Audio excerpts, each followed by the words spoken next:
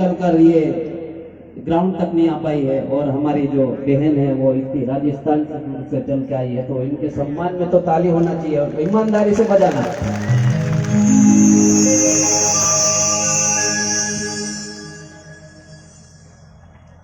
जय आदिवासी, जय जोहार। एक तीर एक कमान।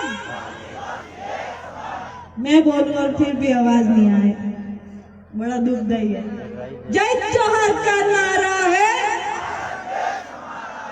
जय जोहार का नारा है।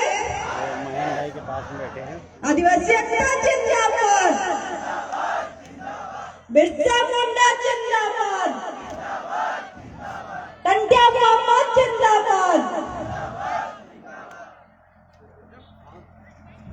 चलो अब बहुत सारी बातें सब लोगों ने कर दी और अभी हमारे बवर दादा को सुनना सबके लिए बाकी है, तो मैं अपनी बात संक्षिप्त में खत्म करूंगी। आज की तारीख में जो कांति भाई ने कहा कि सारी सरकारों के मुख्य लोग हमें मालिक स्वीकार करने के लिए तैयार हो गए, लेकिन अभी भी हमारे ही लोग खुद को मालिक स्वीकार नहीं कर रहे हैं। हमारे यहाँ पे जिस गांव से मैं हूँ या जो क्षेत्र मेरा है, वहाँ पे जब मैं छोटी थी और अभी भी वहाँ एक दूसरे से जब मिलते हैं तो जे मालिक ऐसा कहते थे। तब अब जब छोटे होते तो नहीं समझ में आता है, जो मालिक बोल रहे तो बोल रहे हैं, तो हम भी बोल देते थे। लेकिन जब उस शब्द का मैंने गौर से व्याख्या सोची और बुजुर्गों से पूछा, तो उनके शब्दों में था कि आप भी अपने मालिक हाँ, अपने जगह मालिक हाँ, तो एक दूसरे को मालिक कहेंगे तो जे मालिक, मतलब जय नहीं बोल के अपनी लोकल भाषा में जे मालिक। तब मुझे समझ में आता था कि अरे वो बुजुर्ग लोग तो हम पढ़े लिखों से ज्यादा जानकार, उन्होंने वो जय मालिक अपना खुद को मूल मालिक उन्होंने कब से स्वीकार कर रखा है। बस इस आधुनिक दुनिया में ये शिक्षा के बाद जो दूसरे लोगों से जो गैर आदिवासी उनके संपर्क में आए और उनके जैसा रहने लग गए, उनके संबोधन को स्वीकार करने लग गए, तो हमने हमारे खुद के उद्बोधन जोहार को, जे मालिक को, जे गुरु को, जो भी एरिया वाइज बोलते होंगे उनको छोड़ते चले गए उस धार्मिक उद्बोधन को स्वीकार किया, चाहे वो किसी भी धर्म का हो। और जब वापस कहा गया कि हम तो आदिवासी हैं, जोहार बोलो, तो लोगों को उसे स्वीकार करने में काफी समय लगा और अभी भी कई लोग स्वीकार नहीं कर रहे हैं। और जब बड़े बड़े पार्टियों के मुख्य लोग बोलते हैं तो उनकी स्टेटस हम गर्व से लगाते हैं कि देखो राहुल जी ने जय जोहार बोला, जय आदिवासी बोला, लेकिन हम स्वीकार नहीं करना चाहते हैं। ये कितनी दुखद बात है। तो जैसे दूसरों के उद्बोधन है वैसे जय जोहार हमारा उद्बोधन है। हम प्रकृति की जय कर रहे हैं, वो प्रकृति जो पानी पिलाते टाइम किसी के साथ भेदभाव नहीं करती कि ये काला है या गोरा है, वो हवा देते टाइम किसी को ये नहीं कहती कि तू ब्राह्मण है या शूद्र है। उस प्रकृति की जय बोलना कोई गुनाह है क्या?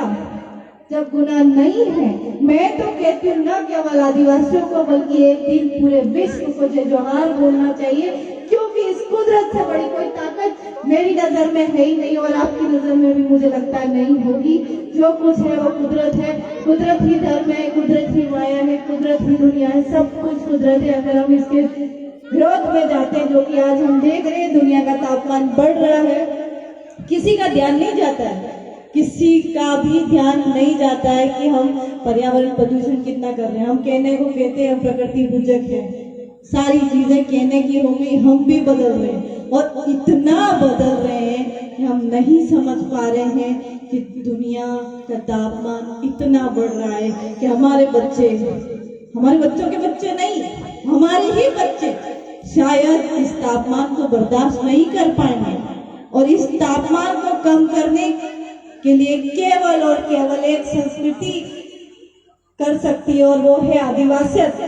आदिवासियत वो जिसके कामों से ये प्रकृति प्रदूषित नहीं होती। अगर हम एक गाड़ी खरीद रहे हैं तो घर पे 50-100 पेड़ भी लगा सकते हैं ताकि गाड़ी से पर्यावरण प्रदूषण जो होता है वो उन 50-100 पेड़ों से कम हो सके, लेकिन हम ऐसा नहीं सोचते। हम हम भी उस दिशा में कहीं न कहीं थोड़ा थोड़ा गलत जा रहे हैं। हम देखते हैं कि हमारी जमीनें, जो नौकरी लगी शहर में चला गया, वो गांव की जमीनों को छोड़ देता है और फिर गांव के दूसरे लोग, चाहे वो परिवार के हो, वो खेती करते हैं और एक टाइम बाद वो गांव वाले लोग उस जमीन को ले लेते हैं और वो शहर वाला बिना जमीन के रह जाता है। वो व्यक्ति नौकरी करके शहर में गया, उसका बेटा नौकरी लगेगा इस बात की कोई गारंटी नहीं होती है, लेकिन उसने अपनी जमीन छोड़ दी, उसका बेटा क्या खाएगा इस बात के लिए वो नहीं सोचता है। तो जमीन चाहे आप उसको कुछ ना करो, पुआड़िया ही कर दो, हमारे यहाँ पुआड़िया होते हैं, अब यहाँ पे क्या बोलते हैं मुझे नहीं पता, लेकिन कर दो तो वो भी बिक जाएगा, लेकिन अपनी जमीनों पे खेती करना ना छोड़े।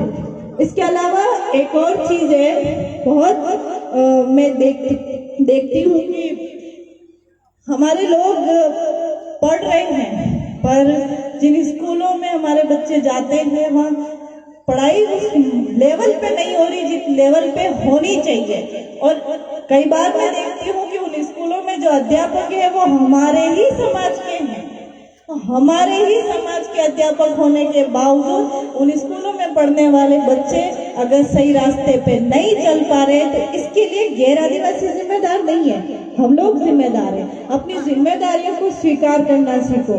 आज इस पूरे कार्यक्रम में आपने देखा होगा कि एक मेडिकल टीम बैठी है जो सिकल सेल एनीमिया का टेस्ट कर रही है। सिकल सेल एनीमिया हमारे इस एरिया में अलीराजपुर, झाबुआ, हमारा प्रतापगढ़, बांसवाड़ा, डूंगरपुर, दाहोद, महिसागर, इन एरियो में निरंतर बढ़ता जा रहा है। सिकल सेल एनीमिया में होता कुछ नहीं है, व्यक्ति बहुत ज्यादा कमजोर हो जाता है, खून नहीं बनने लग जाता है। इसका कोई इलाज नहीं, केवल इसके कि वो खुश रहे और अच्छा सा खाना खाए और खून बनता रहे, लेकिन हम लोग नहीं जानते। इवन उस टेस्ट को भी अभी कोई नहीं करवा रहा है, महिलाएं डर रही है, पुरुष भी डर रहे हैं। तो मैं ऐसा चाहती हूँ निवेदन करके कि जिन्होंने करवा दिया अच्छी बात है, मैंने भी करवाया है, मैं नेगेटिव हूँ, आप लोग भी करवाए और स्पेशली जो बहुत ज्यादा पतले दुबले हैं वो लोग उस टेस्ट को करवाए और इस बीमारी से आसपास अगर कोई ग्रसित है तो उसे समझाए कि ये कोई बहुत बड़ी बीमारी नहीं है, आप लोग अपना इलाज करवाए।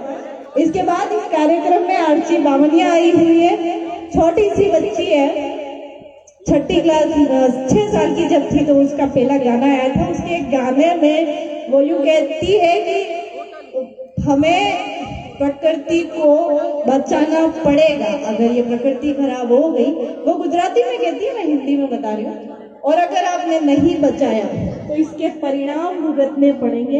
ऐसा उस छोटी सी बच्ची के गानों में अगर है तो हम तो उससे काफी बड़े हैं।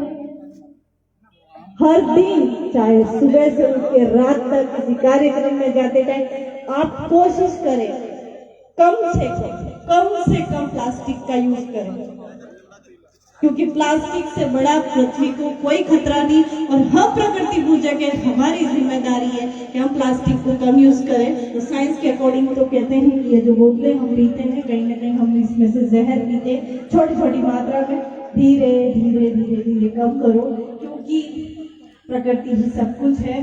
जय जोहार, जय आदिवासी। धन्यवाद, बहुत अच्छी बात आपने रखी। इसीलिए हमारे